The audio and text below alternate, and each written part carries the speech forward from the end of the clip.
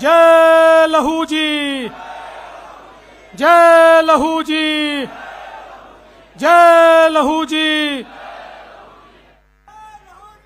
हिंदवी स्वराज्याचे सरसंस्थापक छत्रपती शिवरायांना मानाचा मुजरा करतो। भारतीय राज्यघटनेचे शिल्पकार भारतरत्न डॉक्टर बाबासाहेब आंबेडकर यांना मानवंदना अर्पित करतो।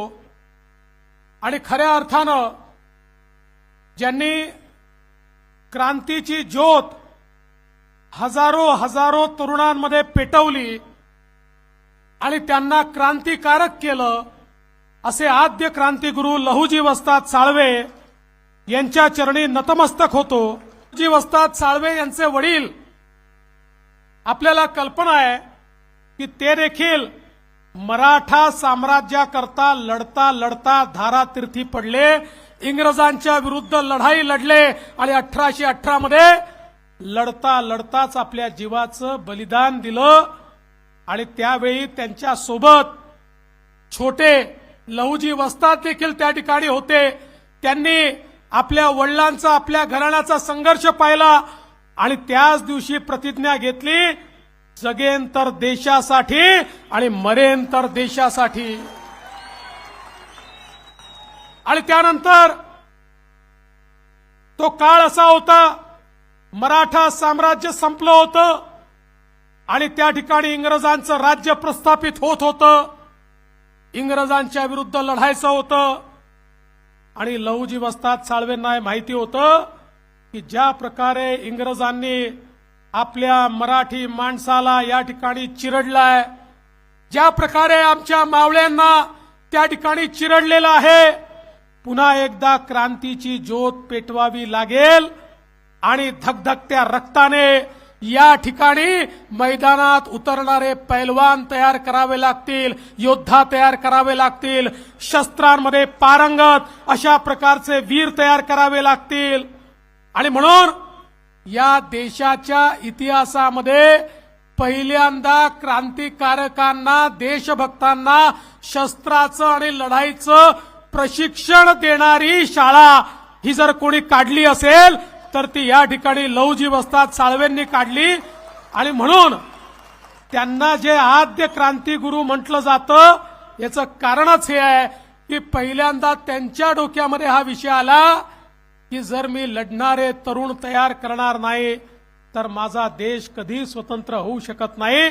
आणि म्हणून या वस्तादानं, या गुरुनं अशा प्रकारचं त्या ठिकाणी काम सुरू केलं की त्यातनं आपल्याला माहिती आहे, ज्यांना आद्य क्रांतिकारक म्हणतात ते वासुदेव बळवंत फडके यांना सर्व प्रशिक्षण या ठिकाणी लहुजी वस्ताद साळवेंनी दिलं, लोकमान्य टिळकांना प्रशिक्षण दिलं आणि अर्थातच महात्मा ज्योतिबा फुलेंना देखील प्रशिक्षण दिलं।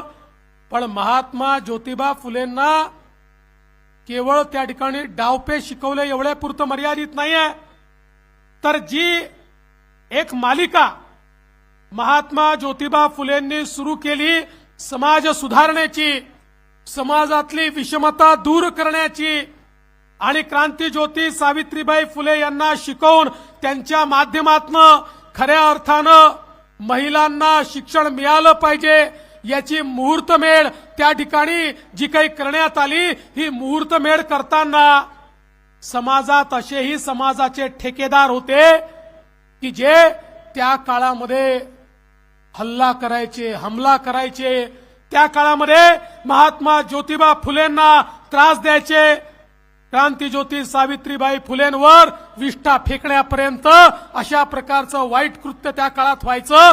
आणि अशा या सगळ्या परिस्थितीमध्ये लहुजी वस्ताद साळवेंनी त्या ठिकाणी महात्मा ज्योतिबा फुलेंना सांगितलं, काळजी करू नका, मी तुमच्या पाठीशी आहे, तुम्ही तुमचं काम करा। आणि एका भिंतीसारखे लहुजी वस्ताद साळवे हे त्या ठिकाणी महात्मा ज्योतिबा फुलेंच्या पाठीशी उभे राहिले आणि त्यानंतर कोणी महात्मा ज्योतिबा फुलेंच्या वाटेला जाण्याची हिम्मत देखील केली नाही।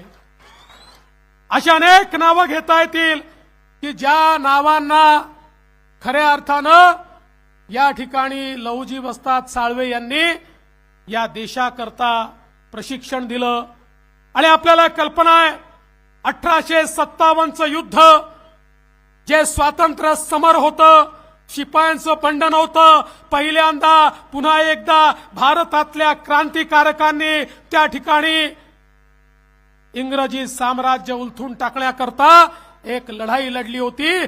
त्या लढाईमध्ये लहुजी वस्ताद साळवे यांनी प्रशिक्षित केलेले अनेक लोक, अनेक क्रांतिकारक हे त्या ठिकाणी लढत होते.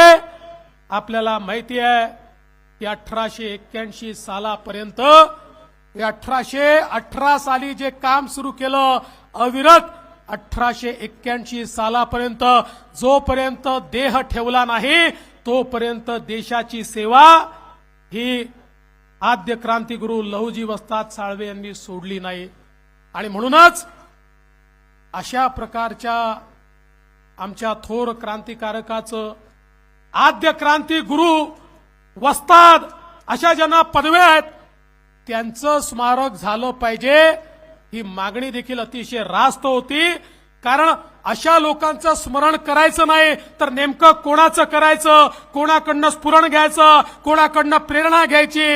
अरे ज्यांच्याकडनं प्रेरणा घ्यायची ते तर या ठिकाणी आपल्यामध्येच आहेत आणि म्हणून ती प्रेरणा सगळ्यांपर्यंत पोहोचली पाहिजे हा प्रयत्न आपण सुरू केला.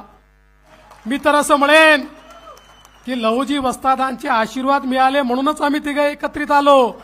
आणि आता एकत्रित आल्याबरोबर आरटी देखील तयार झाली.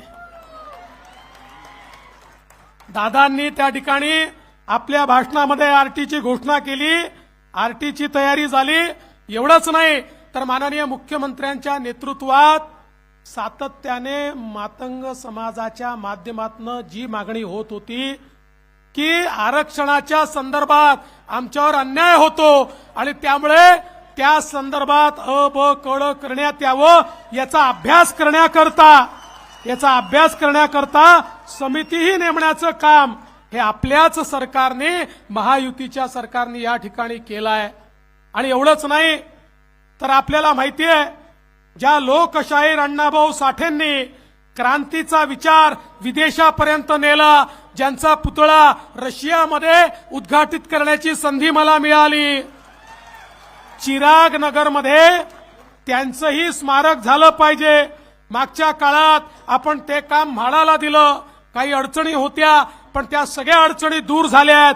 लवकरच त्याचा परिपूर्ण प्रस्ताव हा देखील आम्ही मंत्रिमंडळात आणतो आहोत आणि पुढच्या काळामध्ये चिराग नगरमध्ये लोकशाहीर अण्णाभाऊ साठे यांचंही स्मारक हे आपल्याला त्या ठिकाणी निश्चितपणे महायुती सरकारच्या माध्यमातून पाहायला मिळेल. मी या निमित्ताने एवढीच आपल्या सगळ्यांना विनंती करतो की आद्य गुरु लहुजी वस्ताद साळवे हे मातंग समाजाचे जरी असले तरी ते संपूर्ण हिंदुस्थानचे आहेत, ते संपूर्ण मराठी माणसाचे, महाराष्ट्राचे आहेत.